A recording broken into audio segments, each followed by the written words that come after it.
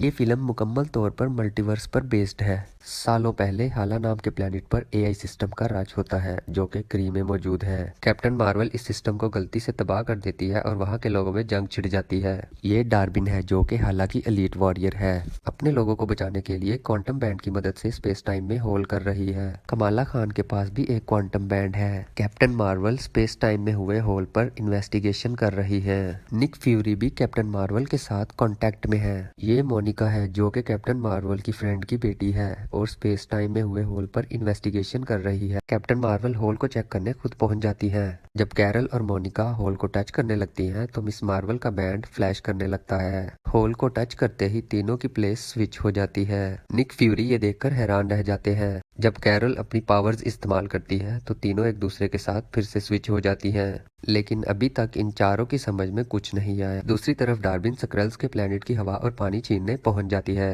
Carol भी वहां पहुंच जाती है। पावर्स का इस्तेमाल करने पर वो कमाला के साथ स्विच हो जाती है। फिर से पावर का इस्तेमाल करने पर कमाला अपने घर पर और मोनिका कैरल के साथ स्विच हो जाती है। कैरल फिर से अपनी पावर का इस्तेमाल करती है और कमाला के घर पहुंच जाती है। ये तीनों इसी स्विच लूप में फंस जाती है। कमाला पूरे कंट्रोल के साथ अपनी पावर का इस्तेमाल करती है और डार्बिन के सोल्जर्स की जम के धुलाई करती है। कमाला के घर पर मोनिका डार्बिन के सोल्जर्स की धुलाई करती है और अपनी जगह पर स्विच हो जाती है। जब सब कुछ कंट्रोल में आ जाता है, इस पहेली को समझने के लिए निक फ्यूरी और मोनिका कमाला के घर पहुंच जाते हैं। फिर से स्विच लूप में फंसने के बाद कमाला और मोनिका डार्बिन की शिप पर पहुंच जाते हैं।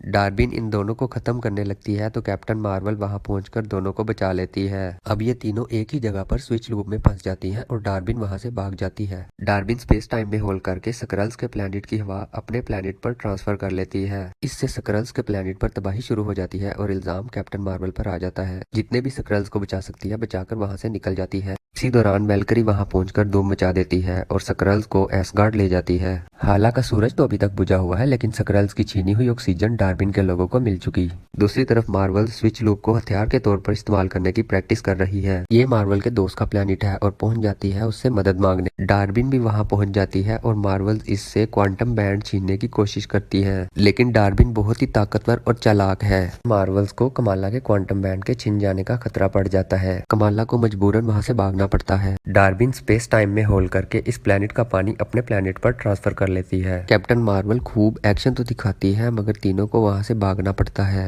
आखिरकार कैप्टन मार्वल कमाला और मोनिका को बता देती है कि उसने हालांकि एआई सिस्टम को तबाह किया था जिससे वहां के लोगों में जंग छिड़ गई थी और हालांकि हवा जहरीली हो गई थी जिसका बदला डार्बिन मासूम लोगों से ले रही है। डार्बिन स्पेस में होल पे होल बनाती चली जाती है। कैरल उसके सूरज को दोबारा जिंदा करने का वादा करती है। डार्बिन के मना करने पर मार्वल्स इससे क्वांटम बैंड छीनने की कोशिश करती हैं और खुद ही उसके जाल में फंस जाती हैं। जरा सी भी चालाकी की तो ऐसे कीड़े की तरह। और कमाला का क्वांटम बैंड डार्बिन के हाथ लग जाता है। डार्बिन अपने सूरज को जिंदा करने की कोशिश में खुद ही मारी जाती है।